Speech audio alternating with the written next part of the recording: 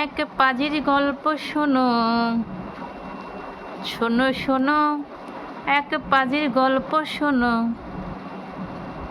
পাজি যখন মাম্মা কাছে আসে তখন তাহার ঘুম আসে, মোবাইলটা দেখলে পরেই তার প্রচুর ঘুম চোখে।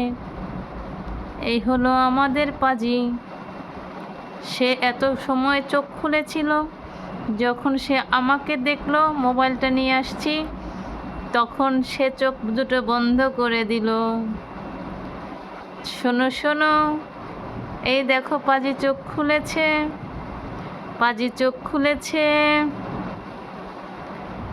ও পাজি, তুমি চোখ খুলেছ?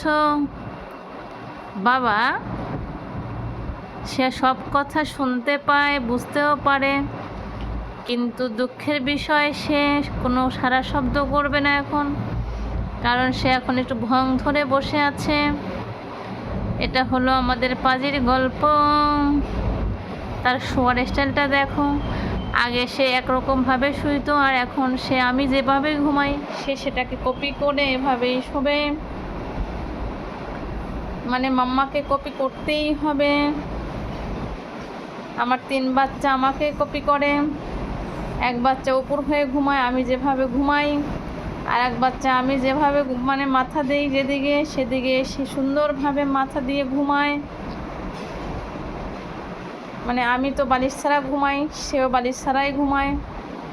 আমাদের বালিশগুলো যে সুন্দর করে এরকম করে থাকে, আর আমরা বালিশ ছাড়া সবাই ঘুমাই। এই দেখো দেখো দেখো দেখো দেখো তাহার অবস্থাটা দেখো, দেখেছো সবাই তার অবস্থাটা দেখো। আমি আর কি বলবো তোমাদেরকে। এটা হলো আমার একটা বাঘের বাচ্চা।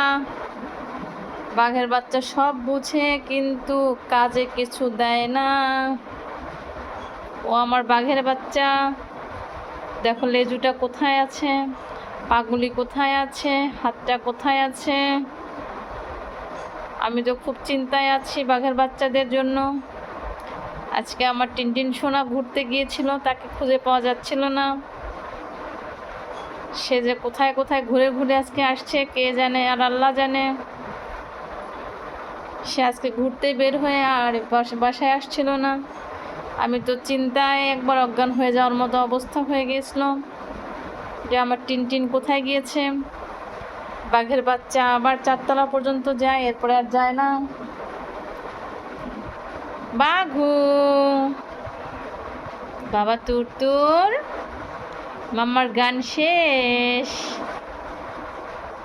মাম্মা একটা গান গেয়েছে, মাম্মার গান শেষ হলো। নোটে গাছটা মুড়লো।